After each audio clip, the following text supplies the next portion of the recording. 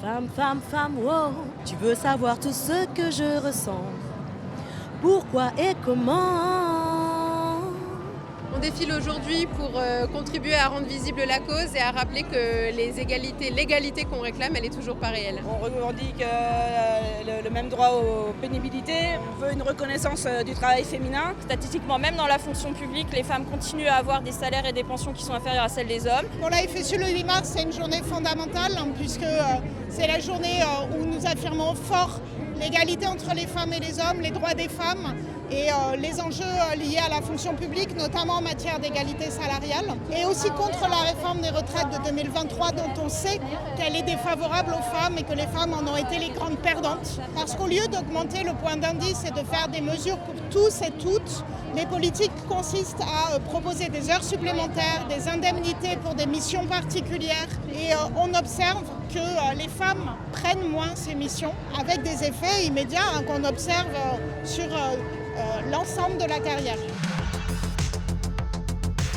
Le président Macron a annoncé qu'il allait engager des sommes faramineuses pour l'armement. Sans augmentation d'impôts, sans taxer les plus riches, ça se fera obligatoirement au détriment des services publics. Or, les revendications des femmes syndicalistes aujourd'hui, c'est l'égalité professionnelle, c'est plus de services publics, de l'éducation, de la protection de l'enfance, pour la santé.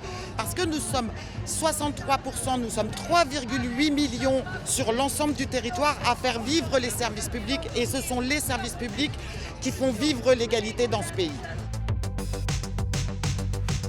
Les femmes dans la fonction publique territoriale, c'est les principales travailleuses. Elles sont majoritairement moins bien payées que les mecs parce que les grilles de salaire sont moins bonnes quand on travaille dans le travail social, par exemple, ou agent de nettoyage, que des hommes qui vont travailler sur des métiers qui sont plus reconnus aujourd'hui. Puis elles sont à plus de 80%, c'est celles qui sont CDD, vacataires. Et donc c'est ça aussi le problème, c'est la précarité dans la fonction publique qui est féminine.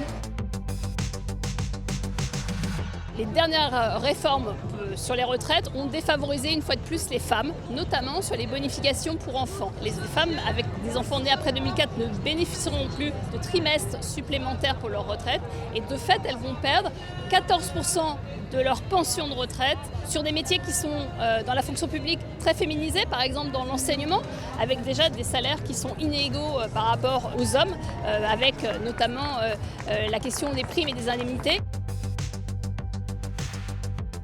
Dans l'éducation nationale, les accompagnantes d'élèves en situation de handicap, c'est le deuxième métier après les enseignants. On est 140 000 à être sous-payés. 93% d'entre nous sommes à temps partiel imposé, soit 24 heures.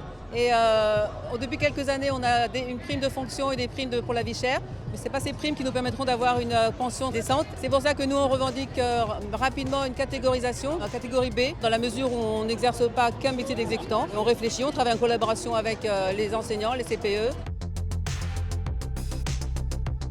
L'extrême droite tient un double discours sur les questions féministes. Elle tient un discours prétendument tourné vers les femmes, vers les droits des femmes. Mais en réalité, quand on regarde leur vote à l'Assemblée nationale, leur vote au Parlement européen, on se rend compte que c'est une imposture totale. Par exemple, le Rassemblement national n'a pas pris part au vote en 2021 sur la loi sur l'égalité salariale à l'Assemblée nationale. Le 8 mars, on est engagé pour les droits des femmes, pour l'égalité entre les femmes et les hommes et l'éradication du patriarcat. Ce n'est pas toujours facile d'être une femme dans le monde d'aujourd'hui.